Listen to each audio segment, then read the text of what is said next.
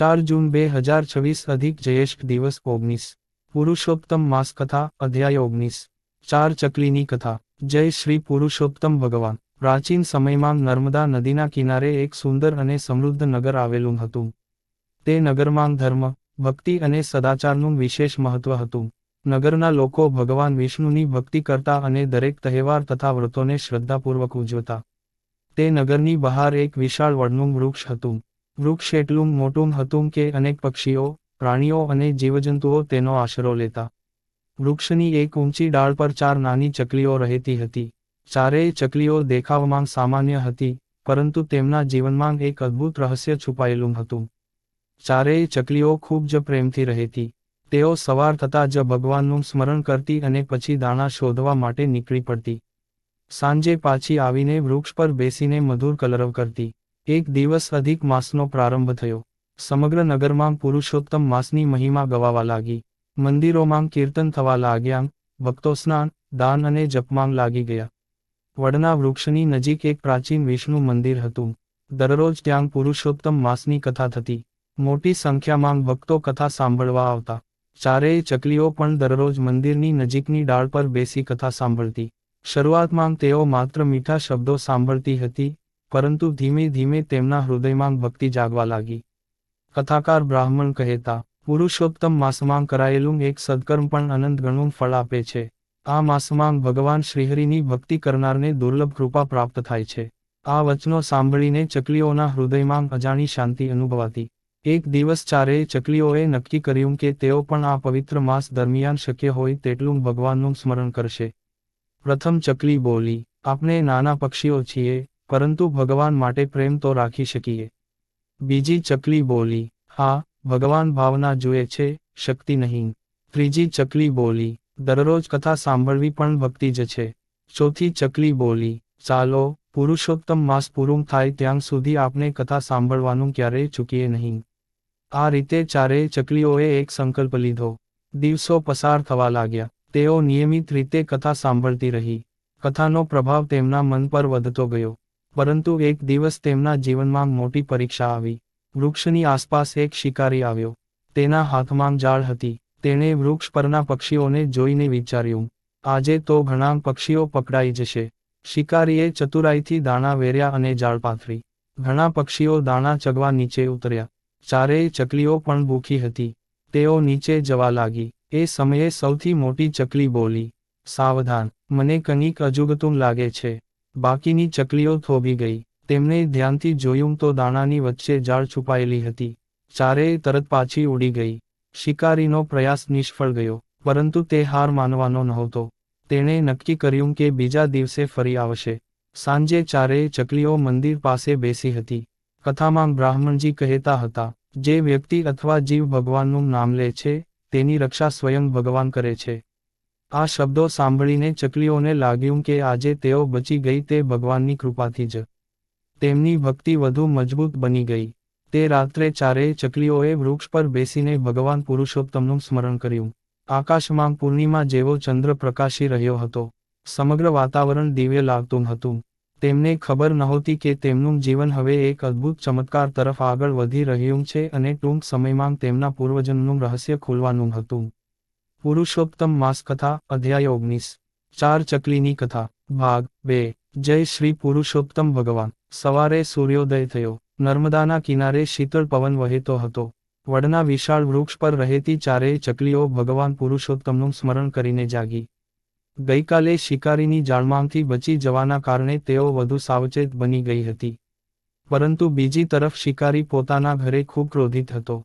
તે આખી રાત વિચારતો રહ્યો કે કેવી રીતે આ ચતુર ચકલીઓને પકડવી। બીજા દિવસે તે વધુ મોટી જાળ અને વધારે દાણા લઈને ફરી વૃક્ષ પાસે આવ્યો। આ વખતે તેણે ખૂબ ચાલાકીથી જાળને સૂકા પાંદડા અને ઘાસ નીચે છુપાવી દીધી। ઉપરથી બધું સામાન્ય દેખાતું હતું। થોડીવાર પછી ચારેય ચકલીઓ દાણા શોધતી શોધતી ત્યાં આવી। દાણા જોઈને નાની ચકલી બોલી, આજે તો ઘણા દાણા દેખાય છે। પણ સૌથી મોટી ચકલીને ફરી શંકા થઈ। સાવધાન રહો બહેનો, ગઈકાલનો અનુભવ ભૂલશો નહીં, એમ કહી તેઓ થોડે દૂર બેસી ગઈ। એટલામાં બીજા કેટલાક પક્ષીઓ ત્યાં આવ્યા અને દાણા ચગવા લાગ્યા। અચાનક જાળ ખેંચાઈ ગઈ અને ઘણા પક્ષીઓ તેમાં ફસાઈ ગયા। બધા પક્ષીઓ ભયથી ચીસો પાડવા લાગ્યા. આ દૃશ્ય જોઈ ચારેય ચકલીઓનું હૃદય કંપી ઉઠ્યું. તેઓએ મનમાં ભગવાનને પ્રાર્થના કરી, હે પુરુષોત્તમ પ્રભુ, આ નિર્દોષ જીવોની રક્ષા કરો. એ જ સમયે અચાનક આકાશમાં ઘનઘોર વાદળો છવાઈ ગયા. જોરદાર પવન ફૂંકાવા લાગ્યો. શિકારી જાળ સંભાળી શકે તે પહેલાં જ ધૂળની ડમરીઓ ઉડવા લાગી. શિકારીની આંખોમાં ધૂળ પડી ગઈ. તે ગભરાઈ ગયો. આ તકનો લાભ લઈને જાળમાં ફસાયેલા પક્ષીઓએ એકસાથે પાંખો ફફડાવી. જાળનો એક ભાગ તૂટી ગયો અને ઘણા પક્ષીઓ ઉડી ગયા. શિકારી નિરાશ થઈને ત્યાંથી ચાલ્યો ગયો. ચારેય ચકલીઓએ આ ઘટના જોઈ અને સમજ્યું કે ભગવાનની કૃપા અદૃશ્ય રીતે કાર્ય કરે છે. તે દિવસે તેઓ ફરી મંદિર પાસે જઈને કથા સાંભળવા બેઠી. કથાકાર બ્રાહ્મણજી કહેતા હતા, ભગવાનની કૃપા ક્યારે અને કેવી રીતે મળે તે મનુષ્ય સમજી શકતો નથી. પરંતુ સાચી ભક્તિ ક્યારેય વ્યર્થ જતી નથી. આ શબ્દો સાંભળીને ચકલીઓનું મન આનંદથી ભરાઈ ગયું. રહસ્યમય સ્વપ્ન. તે રાત્રે ચારેય ચકલીઓને એક અદ્ભુત સ્વપ્ન આવ્યું. તેમણે જોયું કે તેઓ ચકલીઓ નથી, પરંતુ સુંદર વસ્ત્રો પહેરેલી 4 યુવતીઓ છે. તેઓ એક ભવ્ય મંદિરની સામે ઊભી છે અને ભગવાન વિષ્ણુની આરતી કરી રહી છે. મંદિરમાં દિવ્ય પ્રકાશ ફેલાયેલો છે. અચાનક સ્વપ્ન તૂટી ગયું. સવારે ચારેય ચકલીઓએ એકબીજાને પોતાનું સ્વપ્ન કહ્યું. આશ્ચર્યની વાત એ હતી કે ચારેયને લગભગ એકસરખું સ્વપ્ન આવ્યું હતું. મોટી ચકલી બોલી, આ કોઈ સામાન્ય વાત નથી. કદાચ આપણા ભૂતકાળ સાથે તેનો સંબંધ છે. બધી ચકલીઓ વિચારમાં પડી ગઈ. મહાન ઋષિનું આગમન. તે જ દિવસે બપોરે વૃક્ષ નીચે એક તેજસ્વી ઋષિ આવીને બેઠા. તેમનો ચહેરો સૂર્ય જેવો તેજસ્વી હતો. આંખોમાં કરુણા હતી. આસપાસનું વાતાવરણ શાંત બની ગયું. ચારેય ચકલીઓ તેમની નજીકની ડાળ પર જઈને બેસી ગઈ. ઋષિએ ઉપર નજર કરી અને મલકાતાં કહ્યું, પુત્રીઓ, તમારો સમય નજીક આવી રહ્યો છે. ચકલીઓ આશ્ચર્યમાં પડી ગઈ. તેમને સમજાયું કે આ કોઈ સામાન્ય ઋષિ નથી. મોટી ચકલીએ વિનમ્રતાથી પૂછ્યું, હે મુનિવર, શું આપ અમારા વિશે કંઈ જાણો છો? ઋષિએ આંખો બંધ કરી ધ્યાન ધારણ કર્યું. થોડીવાર પછી તેમણે કહ્યું, હા, હું તમારું રહસ્ય જાણું છું. તમે સામાન્ય પક્ષીઓ નથી. ચારેય ચકલીઓ આતુર બની ગઈ. ઋષિ આગળ બોલ્યા, પૂર્વજન્મમાં તમે ચારેય સગી બહેનો હતી. તમારો જન્મ એક ધાર્મિક બ્રાહ્મણના ઘરમાં થયો હતો. આ સાંભળતાં જ ચકલીઓના હૃદયમાં અજાણી લાગણી જાગી. તેમને લાગ્યું કે જાણે આ વાત તેઓ ક્યાંકથી ઓળખે છે. ઋષિએ કહ્યું, તમે ભક્તિ કરતી હતી, વ્રત કરતી હતી અને ભગવાન વિષ્ણુની સેવા પણ કરતી હતી. પરંતુ એક ગંભીર ભૂલના કારણે તમને પક્ષી યોનિ પ્રાપ્ત થઈ. ચકલીઓ દુઃખી થઈ ગઈ. કેવી ભૂલ, ગુરુદેવ? તેમને પૂછ્યું. ઋષિએ જવાબ આપ્યો, આ રહસ્ય હજી સંપૂર્ણ કહેવાનો સમય આવ્યો નથી. પરંતુ એટલું જાણો કે પુરુષોત્તમ માસની ભક્તિએ તમારું પાપ લગભગ નષ્ટ કરી દીધું છે. આ સાંભળીને ચારેય ચકલીઓની આંખોમાં આનંદના આંસુ આવી ગયા. ઋષિએ આશીર્વાદ આપતાં કહ્યું, આ માસ પૂરો થાય ત્યાં સુધી ભગવાનનું સ્મરણ અને કથા શ્રવણ ચાલુ રાખજો. ત્યાર પછી તમારું ભાગ્ય બદલાઈ જશે. એટલું કહી ઋષિ ધીમે ધીમે ત્યાંથી ચાલ્યા ગયા. ચકલીઓ લાંબા સમય સુધી તેમને જોતાં રહી. તેમના હૃદયમાં હવે ભય નહોતો. તેના સ્થાને આશા, શ્રદ્ધા અને ભગવાન પ્રત્યેનો પ્રેમ હતો.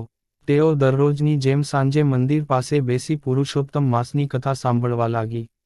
પરંતુ તેમને ખબર નહોતી કે ટૂંક સમયમાં તેમના જીવનની સૌથી મોટી પરીક્ષા આવવાની હતી અને સાથે જ તેમના પૂર્વજન્મનું સંપૂર્ણ રહસ્ય પણ ખુલવાનું હતું. પુરુષોત્તમ માસ કથા, અધ્યાય 19. 4 ચકલીની કથા, ભાગ 3, અંતિમ ભાગ. જય શ્રી પુરુષોત્તમ ભગવાન. ઋષિની વાત સાંભળ્યા પછી ચારેય ચકલીઓના મનમાં એક જ પ્રશ્ન હતો, આપણા પૂર્વજન્મમાં એવું શું બન્યું હતું કે અમને પક્ષી યોનિ પ્રાપ્ત થઈ? પરંતુ હવે તેઓ ચિંતિત નહોતી. તેમને વિશ્વાસ હતો કે ભગવાન પુરુષોત્તમની કૃપાથી જલ્દી બધું સ્પષ્ટ થઈ જશે. દિવસો પસાર થતા ગયા. પુરુષોત્તમ માસના અંતિમ દિવસો નજીક આવવા લાગ્યા.